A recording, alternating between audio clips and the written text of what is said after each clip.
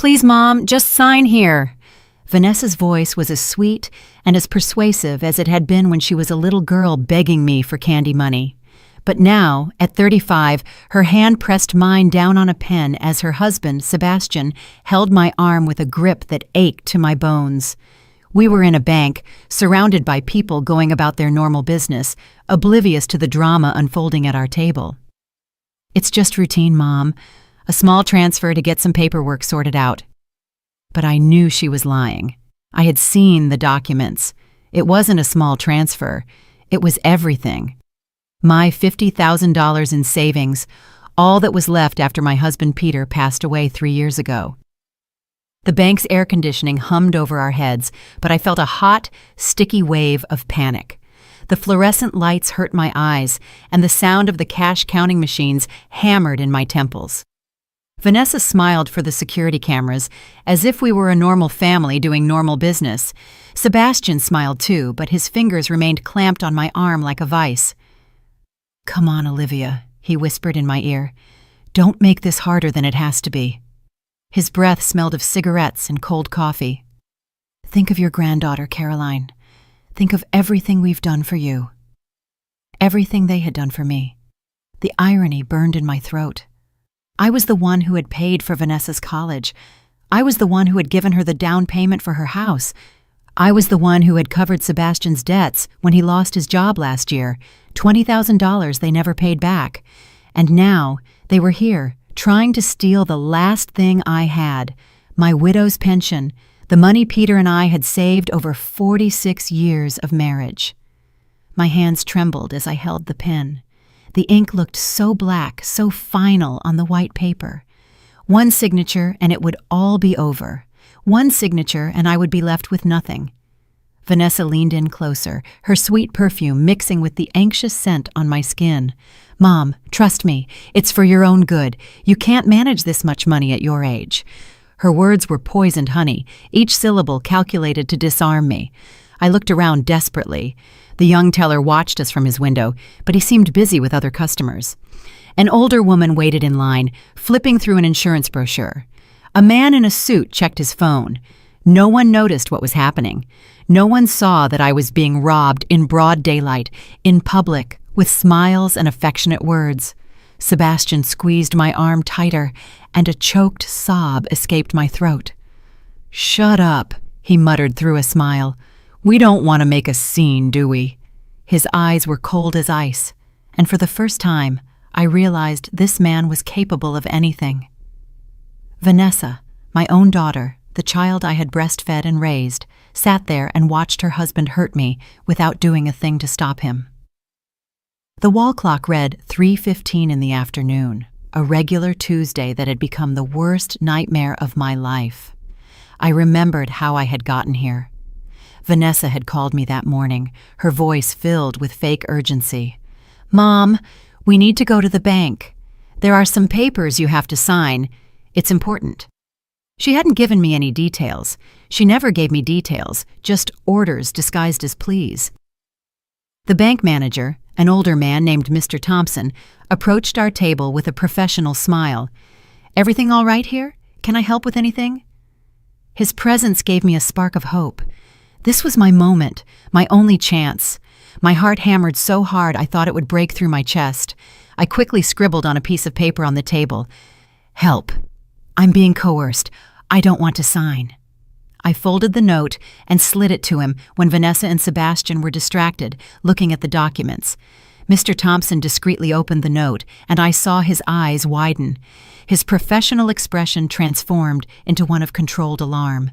For a moment that felt like an eternity. Our eyes met, and in that instant I knew he understood perfectly. Without saying a word, he discreetly pressed a button under his desk. The silent alarm. My heart calmed for the first time all afternoon. Someone was going to help me. But to understand how I had reached this moment, I need to tell you the full story. I need you to understand who I was before I became this desperate woman in a bank, silently begging for help. My name is Olivia Anderson.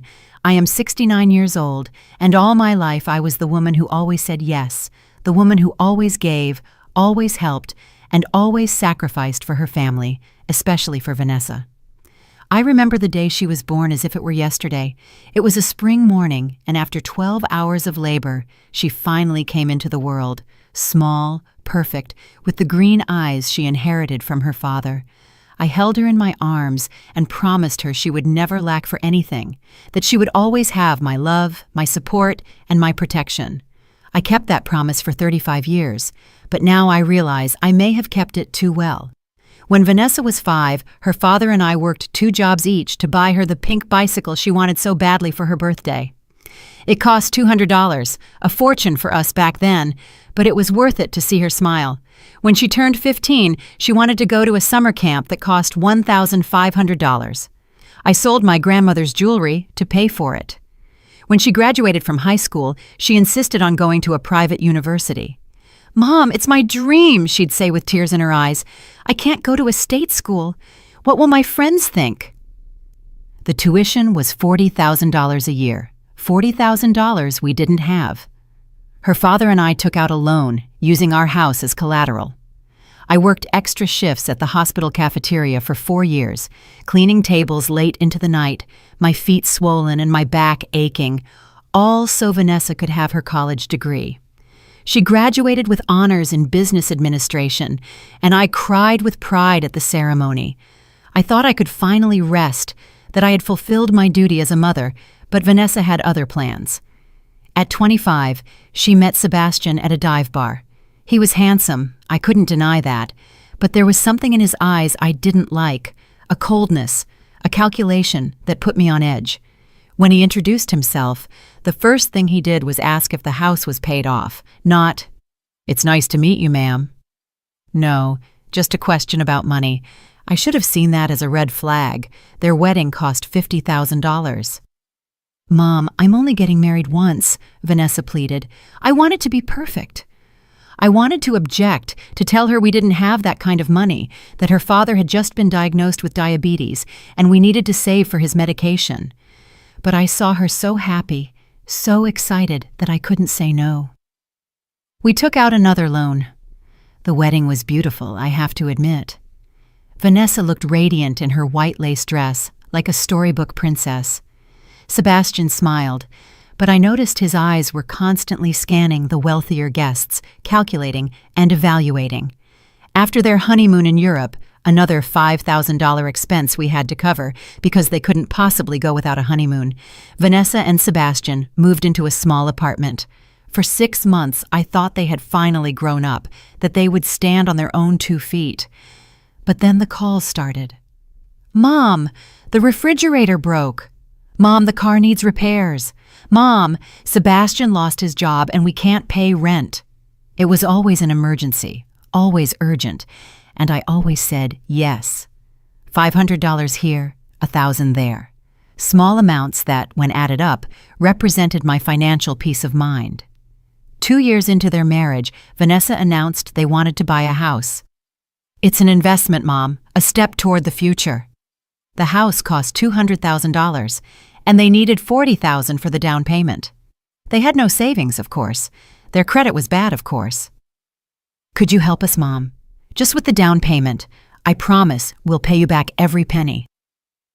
That was the biggest promise Vanessa ever made me, and also the biggest lie. I withdrew $40,000 from the retirement fund I had been building for 20 years. Every dollar represented extra hours worked, meals I didn't buy, clothes I didn't allow myself, vacations I never took, but I gave it to them. I sat in the bank that day, signing the early withdrawal papers with trembling hands as the bank officer explained the penalties I'd have to pay. A 10% penalty, $4,000 I'd lose just for taking out my own money early. "Are you sure about this, ma'am?" the employee asked with genuine concern. "Once you withdraw these funds, there's no turning back." I told him I was sure. It was for my daughter. It was for her future. It was for giving her the stability I never had. I signed the papers and walked to Vanessa's house with the check in my hand, feeling like a hero. I was going to save the day. I was going to make my daughter's American dream possible. Vanessa cried when I handed her the check. Tears of happiness, I thought. "You're the best mom in the world," she said, hugging me tight. "I don't know how to thank you for this. I promise, Mom, I promise I'll pay you back every last cent, with interest." Sebastian seemed emotional too, though his hug felt cold and calculated. "Thanks, Ma," he said. "This means a lot to us." They moved into the house 3 months later. It was beautiful, I have to admit. 2 stories, 4 bedrooms, a large backyard with space for a pool. Vanessa invited me to the housewarming, and I walked through every room with pride. My sacrifice had been worth it. My daughter had her own home, but the calls didn't stop. If anything, they became more frequent. "Mom, we need furniture for the house. We can't live on the floor." $10,000 for a new living room set. "Mom, the house needs a new fence. The neighbors are complaining." $3,000 for a wooden fence. "Mom, we want to renovate the kitchen. It's so old and the stove doesn't work well." $8,000 for new appliances. Every time I hesitated, every time I mentioned that I had expenses too, that money didn't grow on trees, Vanessa knew exactly which buttons to push. "Mom, I thought you'd be happy to see us doing well. I thought you'd want your granddaughter to grow up in a nice house." And so Caroline, my 8-year-old granddaughter, the light of my eyes, became the most powerful argument in Vanessa's manipulative arsenal. Caroline had been born when Vanessa was 27, and from the moment I saw her, I knew she was different. She had her grandfather's curious eyes and a smile that could melt the hardest heart. But more than that, she had something her mother had lost somewhere along the way: genuine kindness. When Caroline visited me, she would bring me drawings she had made at school, little crayon artworks where I was a giant grandma with huge arms always smiling. "I made you big because your love is big, Grandma," she would explain in her sweet little voice. It was impossible to say no to anything that was for Caroline. Ballet classes, $200 a month. Piano lessons, $300 a month. Summer camp, $2,500. Special clothes for ballet recitals, $500 per outfit. "Caroline has talent, Mom. We can't let her potential go to waste for lack of money." Meanwhile, my own financial situation was deteriorating. Peter had developed complications from his diabetes. His medications cost $400 a month, and insurance only covered a portion. He needed special injections, regular visits to the specialist, and a strict diet that required more expensive foods. I worked double shifts at the hospital. I would come home with my feet bleeding inside my shoes, only to cook, clean, and care for my husband. "Why don't you ask Vanessa for help?" my sister Clara suggested during one of her visits. "You've spent over $100,000 on her in the last 5 years. Surely she can help with some of the medical expenses." But I couldn't ask my daughter for money. It was my job to care for my family, not the other way around. It was my responsibility to be strong, to be the pillar that held everyone up. Peter passed away early one Tuesday morning, 3 years after his diagnosis. I was holding his hand when he took his last breath, and I swear I felt half of my soul leave with him. We had been married for 46 years. He was my partner, my best friend, my accomplice in all the difficult decisions about Vanessa. After his funeral, I sat alone in our empty house and realized I was completely broke. The medical expenses, combined with everything I had given Vanessa, had drained our savings. Peter's life insurance gave me $50,000. It was all I had left to live on for the rest of my days. I deposited it into a savings account and promised myself I would be more careful. I was going to make that money last. I was going to learn to say no. But Vanessa had other plans. 2 months after the funeral, Sebastian lost his job at a construction company. "It was his racist boss's fault," Vanessa explained, crying on the phone. "He fired him for no reason. Now we can't pay the mortgage. Mom, they're going to foreclose on the house. Caroline will have to change schools. She'll lose all her friends." They asked me for $20,000 just to stay afloat until Sebastian found another job. 6 months max. "We'll pay you back with interest. I promise." It was almost half of what I had left, But the thought of Caroline losing her home broke my heart. I gave them the money again. Sebastian found a job 3 months later, but the money never came back. When I asked about it, there was always an excuse. "We're paying off old debts, Mom. We had unexpected expenses with the car. Caroline needed to go to the dentist, and insurance didn't cover everything." And now, here I was in this bank, watching them try to steal the last $30,000 I had left. My daughter, the child I had raised with so much love, was sitting next to her abusive husband, smiling for the cameras as they planned to leave me in absolute poverty. Mr. Thompson returned to our table, accompanied by 2 security guards who tried to look casual, but I could see the tension in their posture. Vanessa and Sebastian hadn't noticed anything yet. They were too focused on the papers, reviewing the numbers over and over like vultures calculating their spoils. "Excuse me," Mr. Thompson said in a calm but firm voice. "I need to review some details of this transaction before we proceed." Sebastian looked up, and for the first time, I saw a flicker of nervousness in his eyes. "What kind of details?" "Everything's in order. Mrs. Anderson wants to transfer the money to her daughter's account. It's a family decision." His hand was still squeezing my arm, but he was doing it more discreetly now, aware that other eyes were watching. "I understand," Mr. Thompson replied, "but bank protocol requires me to verify that all parties involved are acting voluntarily and without external pressure." His words were like a bolt of lightning cutting through the storm of my desperation. He looked directly into my eyes. "Mrs. Anderson, would you mind accompanying me to my office for a private verification? It's standard procedure for transactions of this magnitude." Vanessa immediately tensed. "That's not necessary, sir. My mother has already decided, haven't you, Mom?" Her smile had become forced, artificial, like a mask that was cracking. "We can do everything right here. We don't want to cause you any trouble." But Mr. Thompson was already standing, extending his hand to me. "It's bank policy, ma'am. There are no exceptions." The guards positioned themselves discreetly near our table. "It will only take a few minutes." I stood up, my legs trembling, and for the first time all afternoon, Sebastian had to release my arm. Vanessa grabbed my other hand. "Mom, don't make this difficult. Just sign the papers and let's go home. Caroline is waiting for us." She used my granddaughter's name as if it were a master key that would unlock all the doors of my resistance. "I'll be right back," I murmured, not daring to look her in the eyes. I knew if I saw her face, if I saw that innocent little girl expression she had perfected over the years, I might waver. I might give in one more time. Mr. Thompson's office was small but cozy, with pictures of his family on his desk and a little cactus in the window. He sat across from me and closed the door. "Mrs. Anderson," he said gently, "tell me what's really going on." And then, like a dam that finally breaks, it all came out.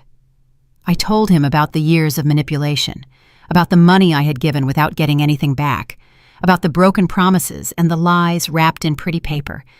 I told him how Sebastian had hurt my arm, how Vanessa had used Caroline's name to emotionally blackmail me.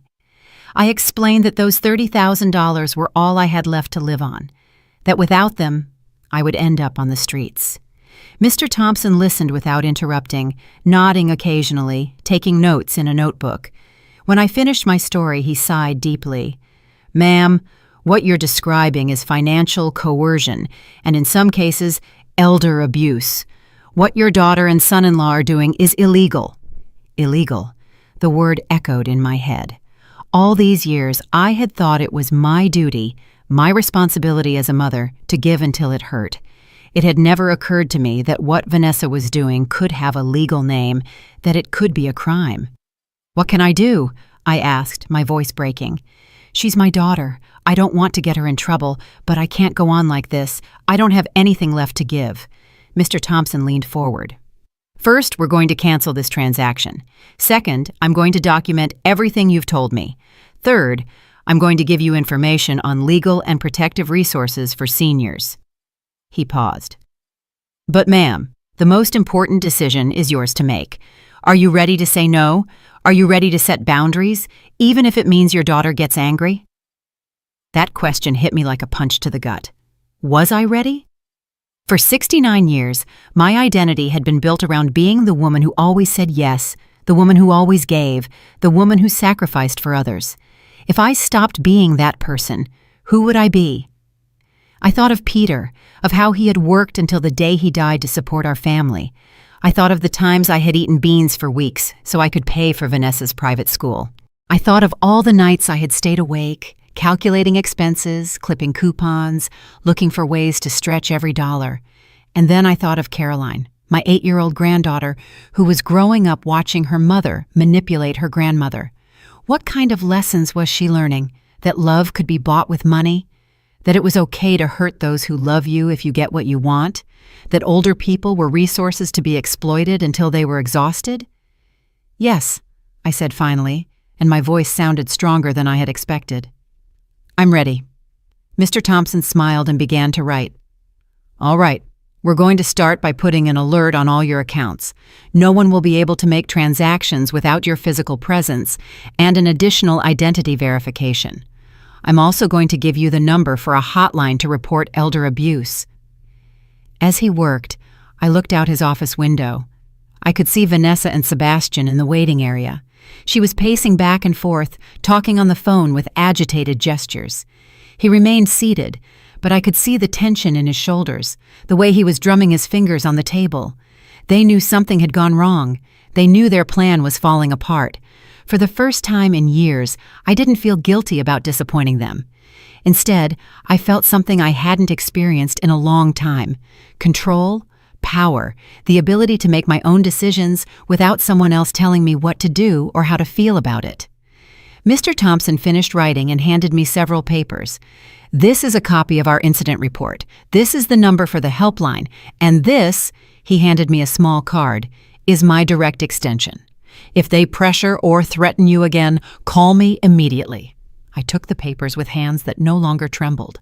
What do I do now? How do I explain to them that I'm not going to sign? Tell them the truth, Mr. Thompson replied. That you've decided to keep your money for your own living expenses.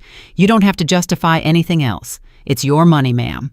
You worked for it, you saved it, and you have every right to keep it for yourself. I took a deep breath. It was time to face my daughter. It was time to become a person who could say no. It was time to start living for myself, even if it meant breaking a lifelong pattern. We walked out of the office together. Vanessa immediately approached, her face a mix of anxiety and contained anger. What took so long, Mom? We're going to be late. I looked at my daughter, this 35-year-old woman who had built her entire life on my inability to deny her anything. And for the first time in decades, I said the words that would change everything. I'm not going to sign, Vanessa. I'm not transferring my money. The silence that followed was deafening. Vanessa looked at me as if I had just slapped her, her green eyes shining with a mix of shock and fury I had never seen before. Sebastian got up from his chair so abruptly he almost knocked it over, his fists clenched at his sides. What do you mean you're not going to sign? Vanessa asked in a trembling voice, trying to maintain a fake smile for the bank cameras. Mom, we already talked about this. It's just a temporary transfer. It's not temporary, Vanessa, I replied in a voice I didn't recognize as my own. It was firm, decisive, like that of a woman who had finally found her backbone after years of letting others bend it to their will. And it's not a transfer. It's my retirement money, and I'm keeping it. Sebastian took a step closer, but the security guards immediately moved as well, positioning themselves between us. Olivia, he said in that soft voice he used when he wanted to manipulate me, don't be ridiculous. What are you going to do with all that money? You don't have any big expenses. We can invest it better, make it grow for the whole family. For the whole family? I repeated, and a bitter laugh escaped my throat. Like when you invested the $40,000 for your house down payment, or when you invested the $20,000 I gave you when you lost your job. Tell me, Sebastian, how much of that have you paid back? I saw his mask of fake concern crack. His eyes hardened, revealing the calculating coldness that had always been there, but that I had been too blind to see. Those were gifts, he muttered between gritted teeth. You said they were gifts. I never said that, I retorted, and the words came out of me like boiling water finally finding a crack in the pot. You promised you would pay me back. You promised it was temporary. You promised a lot of things you never fulfilled. Vanessa started to cry, but these weren't the genuine tears of pain I had seen when she was a child and scraped her knee. These were calculated tears, performance tears, tears designed to break my resolve. Mom, I can't believe you're doing this to me. After everything we've shared, after all the love we've given each other.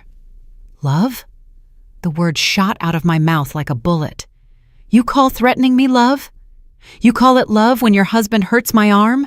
You call it love when you trick me into coming here to steal everything I have? People in the bank started to turn their heads. An older woman waiting in line watched us with concern. A young man in a suit had stopped checking his phone and was staring openly. Vanessa realized the attention we were attracting and lowered her voice, but the intensity of her desperation only increased. "Okay," she whispered, wiping away her tears with the back of her hand. "Don't transfer everything. Just half. $10,000 is all we need to get out of this jam." "What jam, Vanessa?" I asked, and I could see the question took her by surprise. "Sebastian has a job. You have a house. What exactly is the emergency that requires my retirement money?" She was silent for a moment, and in that silence, I saw the truth I had been avoiding for years. There was no emergency, no real crisis. There were just two adults who had built their lifestyle around my inability to say no. They had spent more than they earned because they knew Mom would always be there to make up the difference. "Vanessa," I continued, "you are 35 years old. Your husband is 38. You both have college degrees that I paid for. You both have jobs. It's time for you to learn to live on your own income." "What about Caroline?" Sebastian asked, playing his strongest card. "What about your granddaughter? Are you going to let her suffer because her grandmother became selfish?" That word, selfish, hit me like a slap. All my life I had feared being selfish. I had sacrificed my wants, my needs, my dreams. Also, I wouldn't be selfish. But now, standing in that bank with my last $30,000 about to be stolen, I realized something fundamental. It wasn't selfish to take care of myself. It was survival. "Caroline is not going to suffer," I said firmly. "You can continue to provide for her with your own income, just like millions of responsible parents do all over the world. What you can't do is use my love for my granddaughter to manipulate me." Mr. Thompson cleared his throat. "Mrs. Wilson, Mr. Wilson, you need to leave. Mrs. Anderson has made it very clear that she does not wish to proceed with this transaction, and continuing to pressure her constitutes harassment." "She's my mom," Vanessa snapped. "I have a right to talk to my mom." "Not when you're intimidating her on bank property," Mr. Thompson replied with authority. "The guards will escort you out." Vanessa looked at me with an expression I had never seen before. It wasn't sadness. It wasn't disappointment.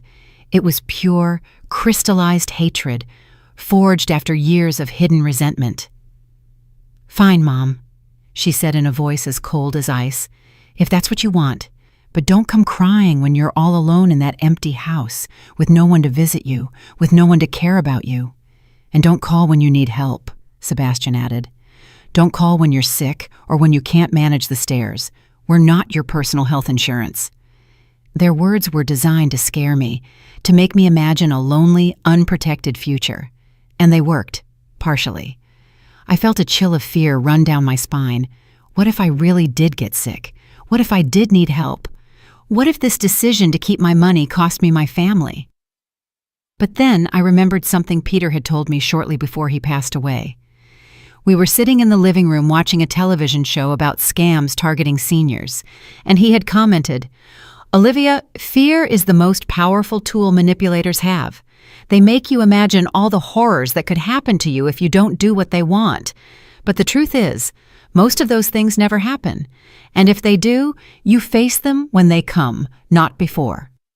"I understand," I said to Vanessa, and my voice sounded calmer than I felt inside. "If that's your decision, I accept it.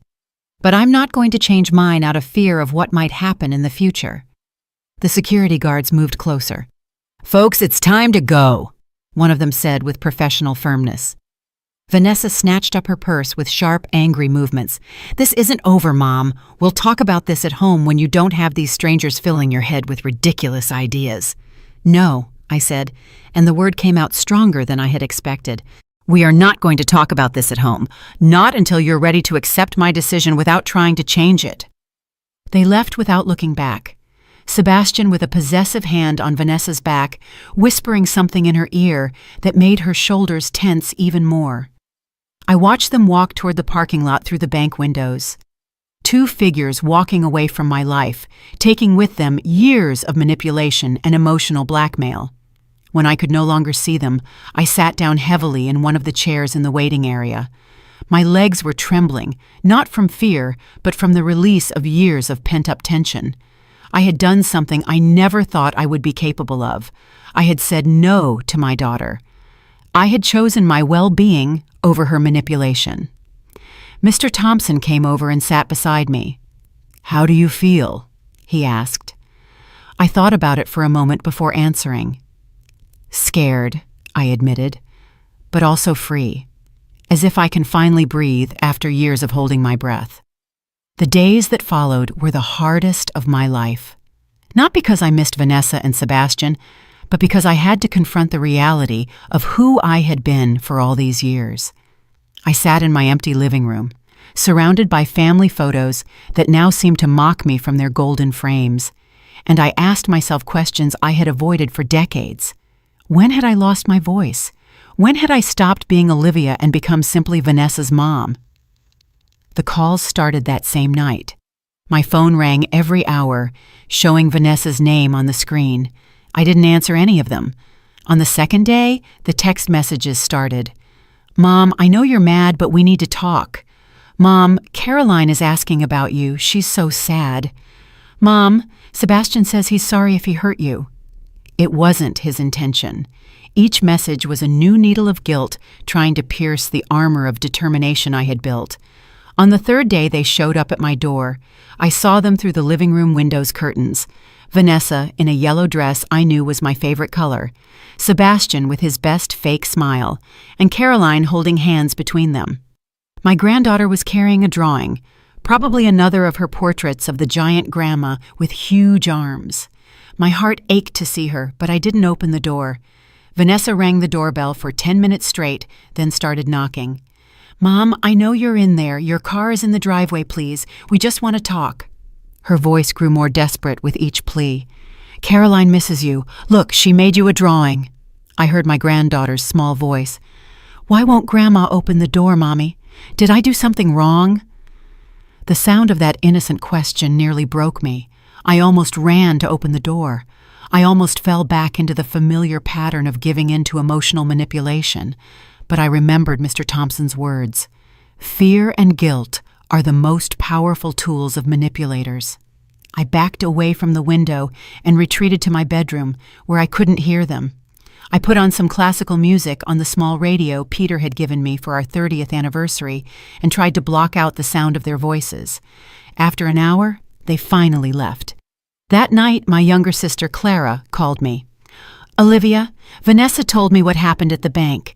She says you've become paranoid, that you think they want to steal from you." Her voice had that condescending tone she used when she thought someone was being irrational. "She says they just wanted to help you invest your money better." "Is that what she told you?" I asked, and I could hear the bitterness in my own voice. "Did she also tell you her husband hurt my arm? Did she tell you I had to pass a secret note to the bank manager asking for help?" Clara was silent for a moment. "He really hurt you?" "He really hurt me." And Vanessa saw it and did nothing to stop him. The words came easier now, as if each time I said them, they became more real, more valid.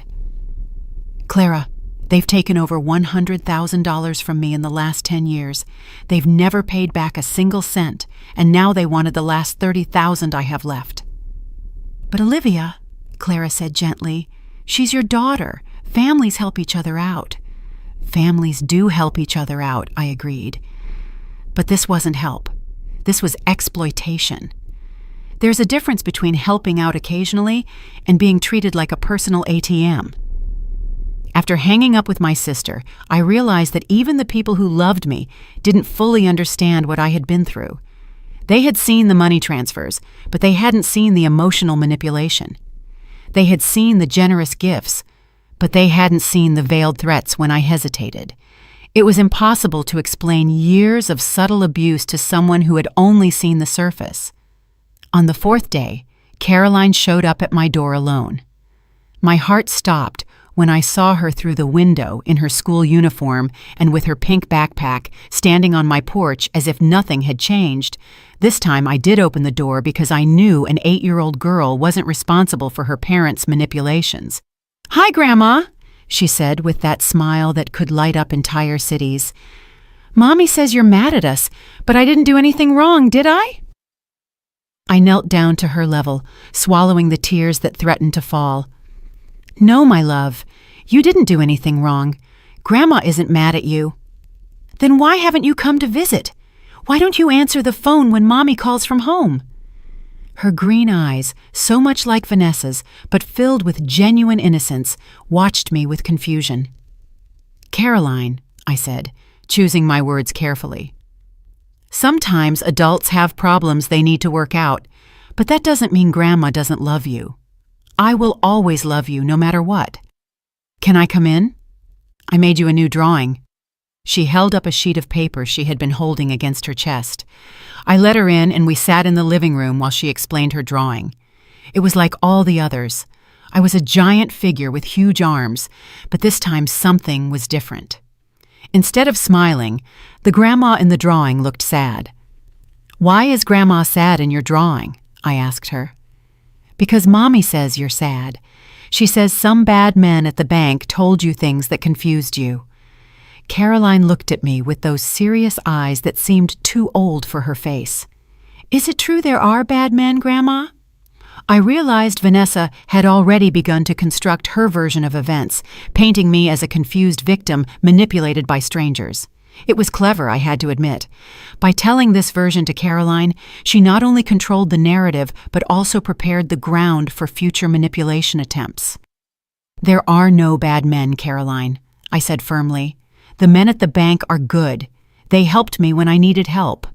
"But then why does Mommy say—" "Sometimes," I interrupted gently, "adults see the same things differently. Like when you and your friend look at a cloud and you say it looks like a cat, but she says it looks like a dog. You're both seeing the same cloud, but you interpret it differently." Caroline nodded solemnly, as if that explanation made perfect sense. We spent an hour coloring together, and for a moment, I could pretend that nothing had changed. But when it was time for her to go, because I knew Vanessa would come to pick her up soon, Caroline asked me a question that broke my heart. "Grandma, you're not going to give me money for my ballet classes anymore?" There it was. Even at 8 years old, Caroline had already learned to associate my love with my money. She had already internalized the lesson Vanessa had taught her, that Grandma was valuable for what she could give, not for who she was. "Caroline," I said, kneeling down to her level again, "do you love me because I give you money, or do you love me because I'm your grandma?" She looked confused by the question. "I love you because you're my grandma, but money is good too. Mommy says that's why you're the best grandma in the world, because you always help us when we need things." In that moment, I understood the deepest damage I had caused with my years of limitless generosity. I had not only allowed Vanessa to become financially dependent and emotionally manipulative, I had also taught my granddaughter that love was expressed through money, that family relationships had a transactional component. "Caroline," I said, "I want you to know something very important. I love you for who you are, not for what I can give you, and true love cannot be bought with money. Do you understand?" She nodded, but I could see in her eyes that the answer was more automatic than genuine. She was too young to fully grasp the concept, especially when her whole life's experience had taught her the opposite. When Vanessa arrived to pick up Caroline, she didn't get out of the car. She just honked from the driveway, as if I were a stranger watching her child. Caroline ran to the car, waved goodbye, and disappeared behind the vehicle's tinted windows. That night, sitting alone in my living room, I realized I had lost more than my money over the years. I had lost my identity, my voice, and my ability to have authentic relationships. But I also realized something else. For the first time in decades, I had the opportunity to reclaim all of it, all. A week after the incident at the bank, when I had already begun to get used to the strange silence of my house without Vanessa's constant calls, I had an unexpected visitor. It was a Sunday afternoon, and I was watering the garden plants that Peter had tended with so much love when I heard the doorbell. Through the peephole, there was a young woman I didn't immediately recognize. She was tall, with brown hair pulled back in a ponytail, and she had a nervous smile that seemed familiar. When I opened the door, I realized it was Caroline, but not the 8-year-old Caroline who had visited a few days earlier. This was an 18-year-old Caroline, a version of my granddaughter that existed only in my imagination of what she would be like when she grew up. But the confusion lasted only a second, because then the young woman spoke. "Mrs. Anderson, I'm Caroline, but not your granddaughter Caroline. I'm your great-niece, the daughter of Arthur, your sister Clara's son." Her voice was soft but determined. "I know we don't know each other well, but I needed to come talk to you." Arthur. The name brought back vague memories of a nephew I had seen at family gatherings as a child, but who had lost touch with our family when he moved north for work. "Please, come in," I said, stepping aside. "Would you like some tea?" We sat in the living room, and this other Caroline explained why she had come. "My dad told me what happened at the bank. Aunt Clara told him the whole story, and he asked me to come talk to you." She paused as if she were choosing her words carefully. "You see, Mrs. Anderson, I went through something very similar with my own mother." She told me her story while the tea cooled in our cups. Her mother, Arthur's ex-wife, had developed a gambling addiction after the divorce. For years, she had manipulated Caroline into giving her money from her part-time jobs, money from her college savings. She had even forged Caroline's signature on several student loans. "It was always an emergency," Caroline explained. "It was always the last time. She always promised she would pay me back, that she just needed a little more time." "And what did you do?" I asked, though I already suspected the answer. "At first, nothing. She was my mother. I was supposed to love her unconditionally, right? Good daughters were supposed to help their mothers." Her voice had a bitter edge that I recognized immediately. But then I realized it wasn't love she was asking for. It was survival, her survival at the expense of mine. She told me how she had had to cut off all contact with her mother for 2 years, how she had to learn to ignore the desperate calls, the guilt-tripping messages, the suicide threats that turned out to be empty manipulations. "It was the hardest thing I've ever done in my life," she admitted, "but it was also what saved me." "And now?" I asked. "How is your relationship with her?" "Better," Caroline replied with a small but genuine smile. "But only because I set firm boundaries and refused to move them. We have a relationship now, but it's an honest relationship. She knows she can't ask me for money. She knows if she lies or manipulates, I'll disappear again. And surprisingly, when we took money out of the equation, we discovered that there was real love underneath all the dysfunction. Her words gave me something I hadn't felt since the bank incident: hope." "Do you think it's possible?" I asked. "Do you think Vanessa and I could have a real relationship someday?" "I don't know," Caroline answered honestly. "It depends on whether she's willing to change. But what I do know is that you have to be willing to maintain your boundaries no matter how much it hurts." She told me about a support group that met at the downtown library every Tuesday night. "It's for people who have experienced financial abuse from family members," she explained. "At first, I thought it was ridiculous. I didn't see myself as a victim of abuse. But when I went, I realized there were dozens of people just like us, parents, grandparents, siblings, all of whom had been manipulated by family members who knew exactly which buttons to push." Before she left, Caroline gave me a long, warm hug. "Mrs. Anderson, what you did at that bank was incredibly brave. Don't let anyone make you feel guilty for taking care of yourself." That week flew by.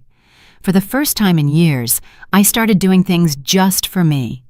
I read books I had wanted to read for decades but had never had time for. I walked in the park where Peter and I used to stroll on Sunday mornings. I cooked meals that I liked, not the ones I knew Vanessa liked when she came to visit. On Tuesday night, I decided to go to the support group. The library was quiet, and in a small room in the back, I found 12 people sitting in a circle. There were men and women of all ages, but most were over 50. The facilitator, a woman named Sandra, greeted me warmly and told me to introduce myself only if I felt comfortable doing so. I listened to story after story that resonated with mine. A 70-year-old woman whose son had stolen $100,000 by forging checks. A 60-year-old man who had mortgaged his house 3 times to cover his brother's gambling debts. A woman my age whose daughter had convinced her to put the house in her name, only to discover later that she had sold it without telling her. When it was my turn to speak, the words came out like a river finally finding the sea. I told them about Vanessa, about the years of manipulation, about the incident at the bank. I expected judgment. I expected them to tell me I had been foolish or naive. Instead, I found understanding. I found validation. I found people who had lived through the exact same thing. Financial abuse by family members is one of the hardest types of abuse to recognize, Sandra explained after I finished, because it's wrapped in love, in family obligation, in guilt. The abusers know exactly what to say to make us feel like we're the ones being unreasonable. A woman named Eleanor, who had been in the group for 2 years, gave me the most valuable advice. Olivia, you are going to doubt your decision 1,000 times. You're going to ask yourself if you were too harsh, if you overreacted, if you should just call your daughter and apologize. Those moments of doubt are normal. But every time you feel that doubt, remember how you felt in that bank. Remember the fear, the physical pain, the desperation. Those feelings don't lie. When I got home that night, there were 3 voicemails from Vanessa on my answering machine. I listened to them, and for the first time, I could hear the manipulation clearly, as if someone had cleaned my ears after years of accumulated wax. Mom, Caroline asks about you every day. She's depressed. She doesn't understand why her grandma doesn't want to see her. Mom, Sebastian and I have been talking, and we think you should see a doctor. This behavior isn't normal for you. Mom, I'm starting to think maybe you're having memory problems. Have you considered you might be developing dementia?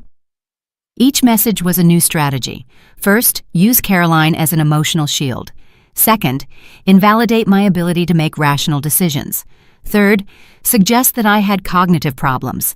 It was like a manual of psychological manipulation executed with surgical precision. I deleted the messages without calling her back. The next day, while I was making breakfast, the phone rang. A number I didn't recognize appeared on the screen, so I answered, thinking it might be important. Grandma? It was my granddaughter Caroline, the 8-year-old, the real Caroline. Mommy borrowed her work phone to call you.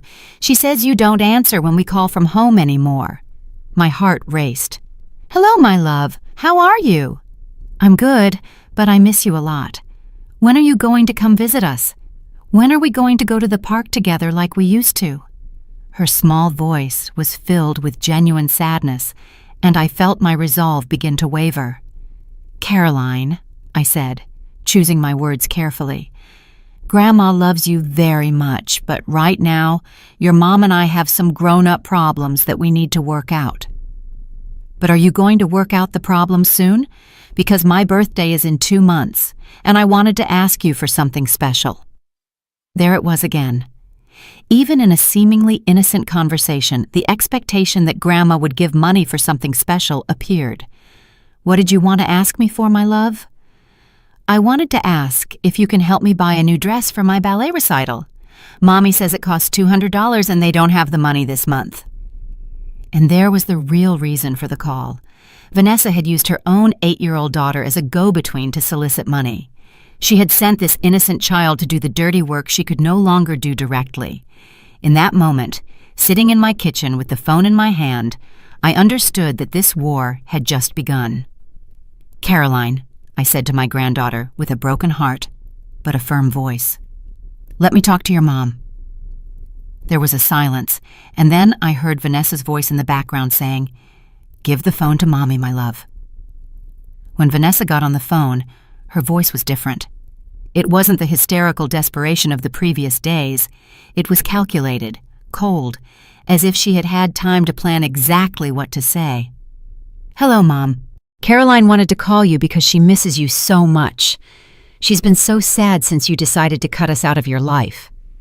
Each word was loaded with veiled accusation. I hope you understand that an 8-year-old doesn't grasp why her grandma suddenly doesn't want to see her. "Vanessa," I interrupted, "you know perfectly well that I haven't cut Caroline out of my life. I've set boundaries with you and with Sebastian. Caroline can visit me whenever she wants, but you are not going to use my love for her to manipulate me." "Manipulate you?" Her voice rose an octave, feigning indignation. "Mom, Caroline needs a dress for her recital. It's a normal thing any grandma would want to do for her granddaughter. I don't understand when helping your own family became manipulation." "It became manipulation," I replied with a clarity that surprised me.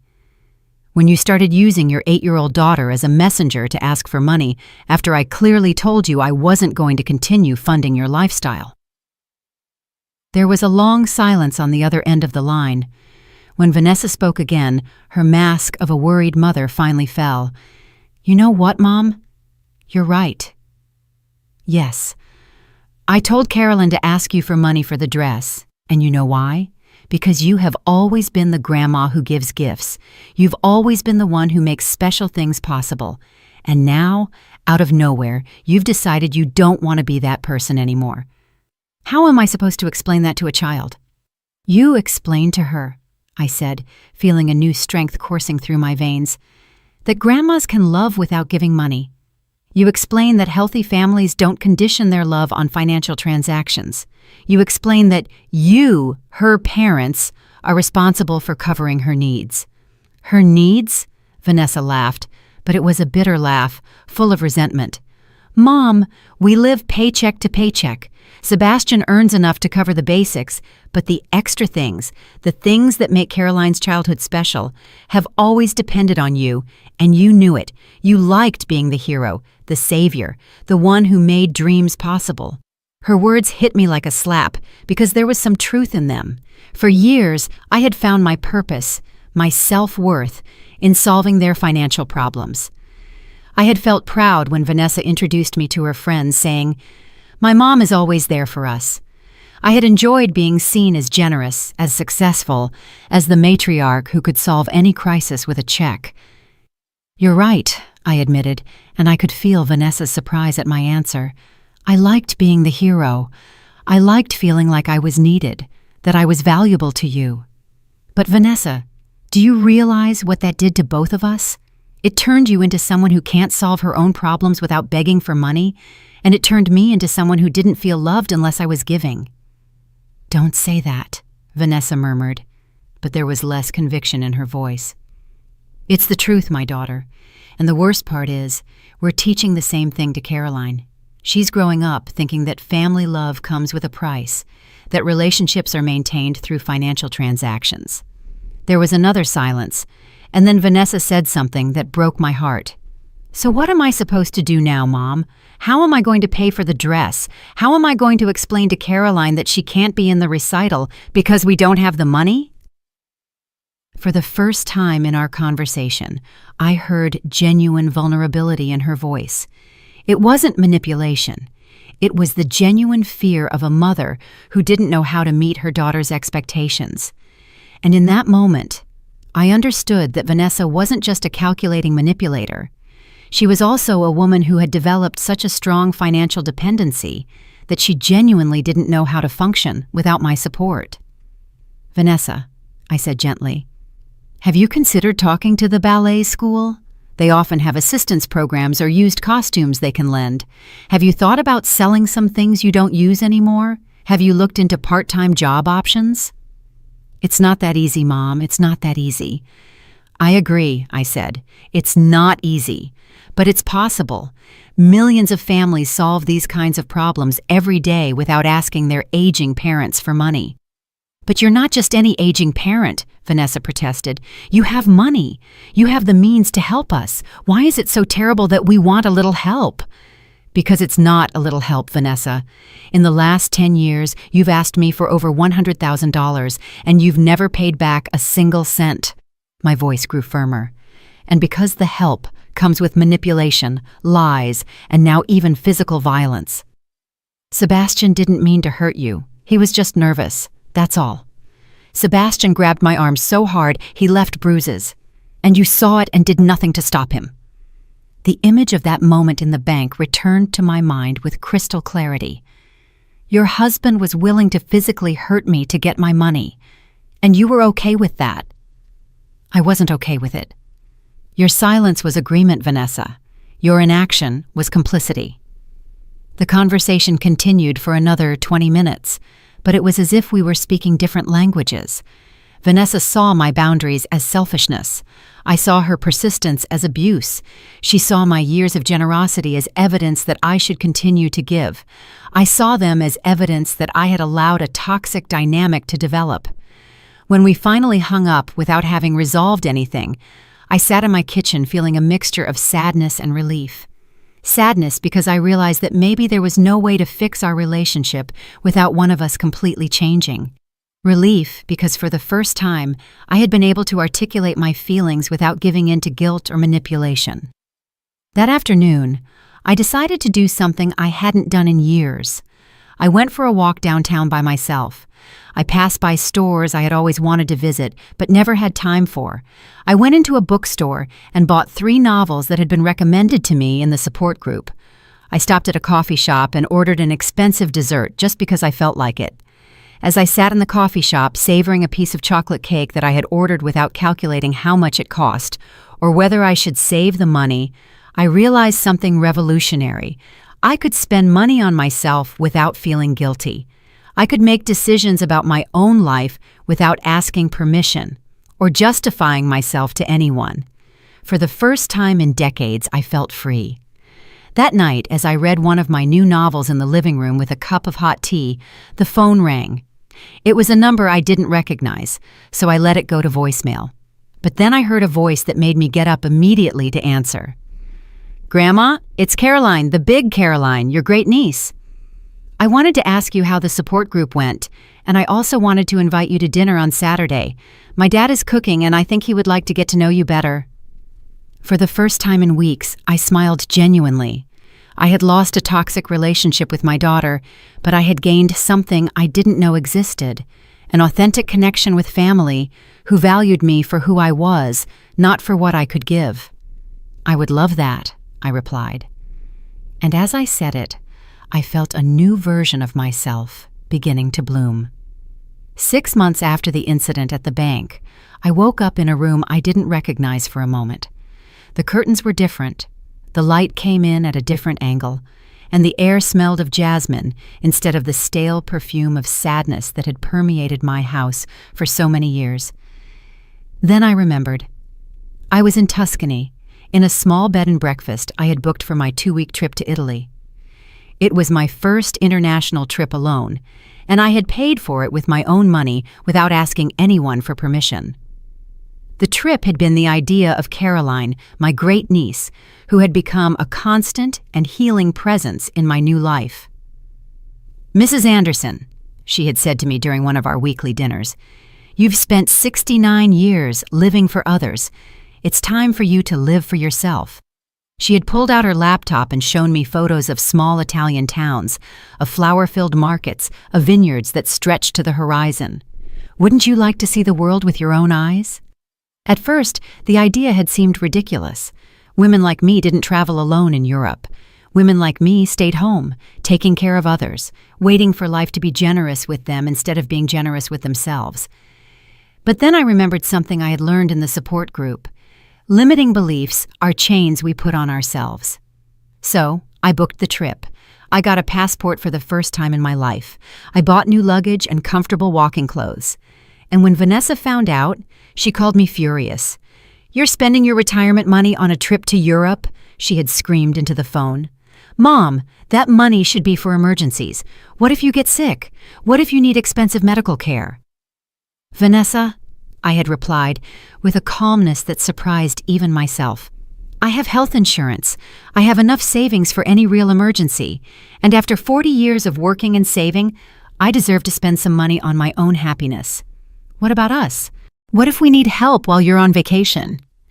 "Then you'll do what any functional adult does. You'll solve your own problems." I had hung up the phone without further discussion, and for the first time, I hadn't felt guilty for doing it. Now, sitting on the terrace of the bed and breakfast with a cup of authentic Italian coffee and a freshly baked cornetto, I remembered that conversation and smiled. At my feet, a green valley stretched out, dotted with ancient olive trees, and in the distance, I could see other travelers beginning their morning walks. Some were young couples, others were families with children, but there were also several women my age traveling alone, and they all looked radiant with freedom. My phone vibrated with a text message. For a moment, my heart raced, thinking it might be Vanessa with some new family emergency designed to make me feel guilty for being so far away. But it was Caroline, the big one. "How's the Italian adventure?" "I want to see photos," she had written, followed by several heart emojis. I sent her a photo of the landscape and wrote, "It's more beautiful than I imagined. I feel like a completely new person." Her reply came immediately. "You know what? I don't think you're a new person. I think you're finally being the person you always were, but never allowed yourself to be." Her words gave me so much to think about that I decided to walk to the village to process them. As I walked through the cobblestone streets, I thought about all the changes that had happened in the last few months. After my confrontation with Vanessa, I had expected to feel empty, without purpose. For so many years, my identity had been built around being needed, around being the problem solver, around being indispensable to my family. But instead of emptiness, I had found space. Space to discover that I liked it when I didn't have to worry about pleasing others. Space to form new friendships with people who valued me for my conversation, my humor, my perspective, not for my ability to write checks. Space to explore parts of myself that had been dormant for decades. In the support group, I had met Eleanor, a 75-year-old woman who had been through a similar experience with her son, who was addicted to drugs. We had become friends, and together we had started taking painting classes at the community center. I discovered I had a talent for landscapes, something I never would have known if I had continued to spend every free hour and every available dollar on Vanessa's problems. I had also started volunteering at a shelter for women who were victims of domestic violence. There I had met women of all ages who, like me, were learning to rebuild their lives after toxic relationships. The work was emotionally difficult, but it was also profoundly gratifying. For the first time in my life, I was helping others from a place of strength, not codependency. And most surprising of all, my finances were better than ever. Without Vanessa and Sebastian's constant demands for money, I had been able to create a real emergency fund. I had been able to invest part of my savings, and I had been able to afford small luxuries, like this trip, without worrying about the future. As I shopped for fresh ingredients to make dinner in my room's small kitchen, I got an unexpected call. It was Mr. Thompson, the bank manager who had saved me on that terrible day that now seemed to belong to another life. "Mrs. Anderson," he said in his warm, professional voice, "I hope you don't mind me calling you on your vacation. I got your number through Caroline, your great niece, because I had some news I thought you'd want to hear." My heart raced. What kind of news? "Vanessa and Sebastian came to the bank last week. They tried to access a joint account they apparently had with you for several years, an account they didn't know we had placed alerts on after the incident." I didn't know what account he was talking about, but I asked him to continue. "It seems 3 years ago, when you were caring for your sick husband, Vanessa convinced you to add her name to one of your savings accounts in case of an emergency. Do you remember that?"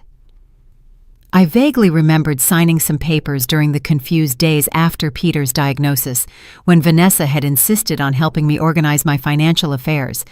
At the time, I had trusted her completely. "The account had $12,000. Mr. Thompson continued. They tried to withdraw everything, but our system automatically stopped them and called me. When I explained that they couldn't make transactions without your presence and explicit authorization, they became very aggressive. We had to call security. $12,000. Money I had forgotten existed. Money Vanessa had been waiting for the perfect moment to take. The day at the bank had not been their first attempt to rob me. It had just been their most desperate. "What did we do with the account?" I asked. "We transferred it completely to your name and removed all other authorized signatories. The money is safe." After hanging up with Mr. Thompson, I sat on the small terrace of my room, watching the sunset paint the sky in shades of orange and pink. 12,000 more dollars. Money I could use for more trips, for more art classes, for more donations to causes I cared about. Money I could enjoy without guilt because I finally understood a fundamental truth. I deserved to spend it on my own happiness. The next day, my last day in Tuscany, I walked to a small cafe in the main square and sat down with my journal, something I had started writing on the support group's recommendation. In its pages, I wrote the words that would mark the end of one era and the beginning of another. Today, I don't need permission to live. I don't need to justify my happiness or apologize for taking care of myself. I spent 69 years paying to be loved, but I have discovered that true love is priceless. And more importantly, I have learned to love myself. I closed the journal and looked around. The sun shone on the ancient stones. Tourists laughed in languages I didn't understand, and I was exactly where I wanted to be, free, at peace, and finally living for myself. It wasn't revenge. It was liberation. 2 years after my trip to Italy, I woke up in a house I didn't recognize for a moment, a small cottage with a garden that I had bought in a quiet neighborhood on the other side of town. I had sold the old house where I had lived with Peter for 40 years, 6 months after returning from Europe. It was filled with too many memories, too many shadows of the woman I used to be. This new house was mine, completely chosen by me, decorated according to my tastes, with no ghosts from the past whispering to me in every corner. It was a Saturday morning, and I was making coffee in my small kitchen when I heard the doorbell. Through the window, I saw a familiar figure standing on my porch. Caroline. But not the 10-year-old Caroline who lived in my memories, but a taller, thinner version who had clearly grown a lot in these 2 years. My granddaughter was now 11, and seeing her there alone made my heart skip a beat. I opened the door slowly. "Hi, Grandma," she said in a voice that sounded more mature than I remembered. "Can I come in? I have something important to tell you." I let her in, trying to control the mix of joy and anxiety I felt. "How did you find me, my love? Do your parents know you're here?" "Aunt Clara gave me your address," Carolyn replied, sitting on my new sofa as if she had been visiting all her life. "And no, Mommy doesn't know I'm here. I told her I was going to my friend Maria's house." She looked different, taller, of course, but there was also something in her eyes that hadn't been there before. A seriousness, a determination that reminded me painfully of myself in recent years. "Caroline," I said, sitting across from her, "tell me what's going on." "Grandma, I need to ask you something, and I want you to tell me the truth." Her green eyes looked at me with an intensity that surprised me. "Is it true that Mommy and Daddy tried to steal money from you at the bank?" The question hit me like a punch to the gut. For 2 years I had waited for this moment. I had mentally rehearsed what I would say to her if she ever asked me about what had happened. But now that she was here, sitting in front of me with that direct gaze, all my carefully prepared words vanished. "Who told you that?" I asked, buying time. "No one told me directly," Caroline replied, "but I've been listening.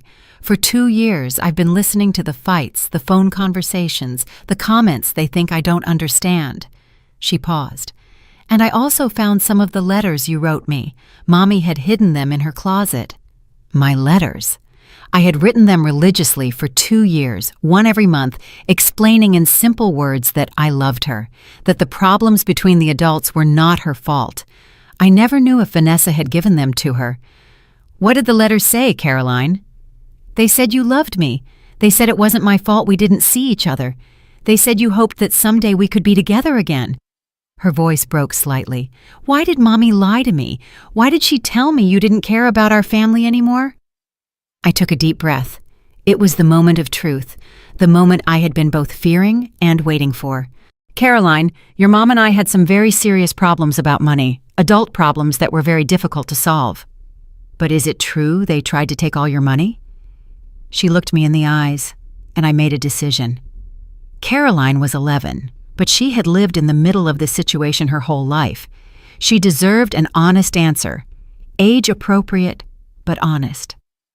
"Yes, my love, it's true." She nodded slowly, as if that confirmation had given her the last piece of a puzzle she had been putting together for years. "That's why you don't live in the old house anymore. That's why you don't give us money for special things anymore. That's why Mommy always gets sad and angry when someone mentions your name." "How do you feel knowing this?" I asked gently. Caroline thought for a moment. "Confused," she finally admitted. "Because I love Mommy and Daddy, but I also know what they did was wrong. And it makes me sad that you've been all alone this whole time." "I haven't been alone, Caroline," I said, and it was true. I've been learning to take care of myself, and I've made new friends. In fact, I've been happier in these last 2 years than I had been in a long time. I told her about my painting classes, about the volunteer work, about my new friendships. I showed her some of the paintings I had done, and I saw her eyes light up as she recognized some of the landscapes from photos she had seen online. "Grandma," she said after a while, "I want you to know that when I'm grown up, when I'm 18 and can make my own decisions, I want to have a relationship with you. A real relationship, not like before." "What do you mean, not like before?" "Before, when I came to visit, there was always something weird, like Mommy wanted me to ask you for things, or like the visits had a purpose I didn't understand." Caroline spoke with a wisdom that broke my heart. "I want to visit you just because I like being with you. I want to get to know the real you, not just the grandma who gives gifts." We hugged for a long time, and in that hug, I felt something I hadn't felt in years, genuine hope for the future of our relationship. Caroline stayed for 2 more hours. We walked through my new garden where I showed her the flowers I had planted and the herbs I was growing. We made cookies together, and as we mixed the dough, she told me about school, about her new interests, about the books she was reading. When it was time for her to go, she gave me another tight hug. "Grandma, can I ask you a favor?" "Of course, my love." "Can you keep writing me letters?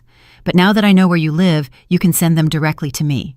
You can send them to Maria's house, and she'll give them to me." I promised her I would, and I watched her ride away on her bicycle, pedaling with determination toward her complex life, but with a new understanding of the truth. That night, sitting in my garden with a cup of tea and my journal, I wrote, "Today, my granddaughter found me. Not the manipulated child I knew before, but a brave young woman who sought out the truth for herself. In her, I see hope that real love can survive lies, that authentic relationships can flourish even after years of toxicity." I closed the journal and looked at the stars. For the first time in my life, the future felt full of possibilities, not obligations. I was 71 years old, and I was finally learning how to live. Gefällt dir meine Geschichte und aus welcher Stadt hörst du sie? Lass uns in den Kommentaren treffen. Wenn dir die Geschichte gefallen hat, kannst du mich unterstützen, indem du mir ein Super-Thanks schickst, damit ich mehr solche Geschichten machen kann. Vielen Dank für deine tolle Unterstützung. Ich freue mich auf deinen Kommentar zur Geschichte. Auf dem Bildschirm siehst du 2 neue Lebensgeschichten, die ich dir wirklich empfehlen kann. Es gibt noch viel mehr auf meinem Kanal, vergiss nicht zu abonnieren. Bis zur nächsten Lebensgeschichte.